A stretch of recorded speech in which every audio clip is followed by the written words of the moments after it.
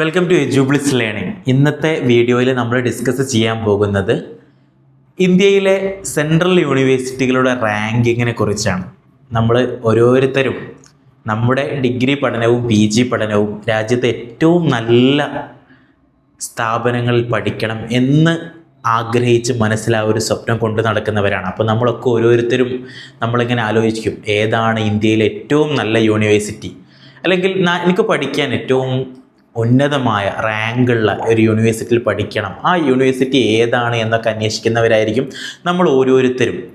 അപ്പോൾ അതിനെക്കുറിച്ച് സംസാരിക്കാൻ വേണ്ടിയിട്ട് ഏറ്റവും ഉന്നതമായിട്ടുള്ള റാങ്കുള്ള യൂണിവേഴ്സിറ്റികൾ ഏതൊക്കെയാണ് എന്നാണ് ഈ വീഡിയോയിൽ നമ്മൾ ഡിസ്കസ് ചെയ്യാൻ പോകുന്നത്. അപ്പോൾ ആദ്യമേ പറയുകയാണെങ്കിൽ, യൂണിവേഴ്സിറ്റികളുടെ കാര്യത്തിൽ NIRF റാങ്കിങ് എന്ന് പറയുന്ന ഒരു സംവിധാനം നമ്മുടെ കേന്ദ്ര സർക്കാർ ഇവിടെ നടപ്പിലാക്കിയിട്ടുണ്ട്.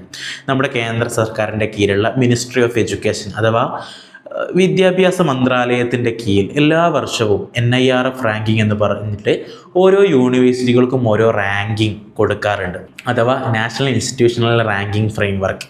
ഈ റാങ്കിങ് അവർ കൊടുക്കുന്നത് സ്ഥാപനത്തിൻ്റെ ഇൻഫ്രാസ്ട്രക്ചർ, അവിടുത്തെ ഫാക്കൽറ്റികളുടെയൊക്കെ റേറ്റിംഗ്, അതുപോലെ തന്നെ അവിടെയുള്ള റിസർച്ച് ഓപ്പർച്യൂണിറ്റീസ്, അവിടുത്തെയുള്ള പഠന സാധ്യതകൾ, ഇവയൊക്കെ എല്ലാം പരിഗണിച്ചുകൊണ്ടാണ് ഇങ്ങനെ ഒരു NIRF റാങ്കിങ് ഓരോ യൂണിവേഴ്സിറ്റികൾക്കും കേന്ദ്ര സർക്കാർ മിനിസ്ട്രി ഓഫ് എഡ്യൂക്കേഷൻ നൽകാറുള്ളത്.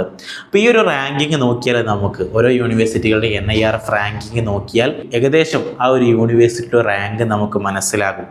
പക്ഷേ ഇതിൻ്റെ മുമ്പ് നിങ്ങൾക്കോട് പറയാനുള്ളൊരു കാര്യം, നിങ്ങൾ ഡിഗ്രി ആവട്ടെ PG ആവട്ടെ നിങ്ങൾ പഠിക്കാൻ ഉദ്ദേശിക്കുന്നത്, നിങ്ങൾ ഏതാണോ കോഴ്സ് എടുക്കാൻ പോകുന്നത് ആ കോഴ്സിന് ഏറ്റവും അടിപൊളിയായിട്ടുള്ള ഏറ്റവും നല്ല ഫാക്കൽറ്റികളുള്ള ആ കോഴ്സിന് ഏറ്റവും സാധ്യതയുള്ള യൂണിവേഴ്സിറ്റി ഏതാണെന്ന് നിങ്ങൾ ആദ്യം കണ്ടെത്തുകയാണ് വേണ്ടത്.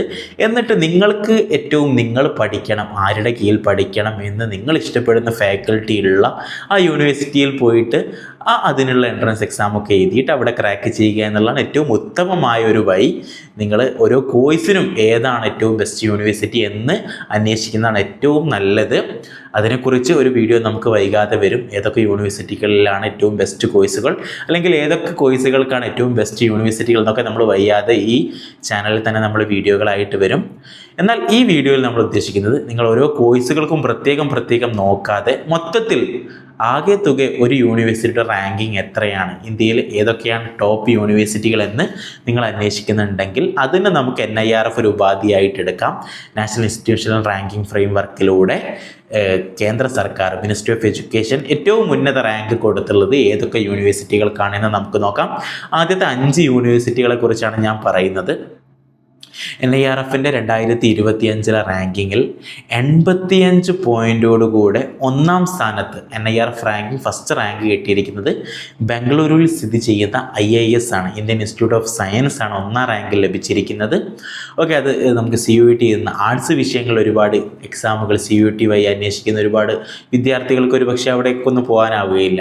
നമ്മൾ സെൻട്രൽ യൂണിവേഴ്സിറ്റികളുടെ തലങ്ങളിൽ ഒന്നാം സ്ഥാനം ലഭിക്കുന്നത് NIRFൽ 2ാം റാങ്ക് കൂടെ ലഭിച്ചിരിക്കുന്ന ജവഹർലാൽ നെഹ്റു യൂണിവേഴ്സിറ്റിയാണ്. ഏകദേശം 79 പോയിൻറ്റോടുകൂടെ ജവഹർലാൽ നെഹ്റു യൂണിവേഴ്സിറ്റിയാണ് സെൻട്രൽ യൂണിവേഴ്സിറ്റികൾ ഏറ്റവും ആദ്യത്തെ റാങ്കുള്ള ഒരു യൂണിവേഴ്സിറ്റി ആയിട്ട് പരിഗണിക്കപ്പെടുന്നത്.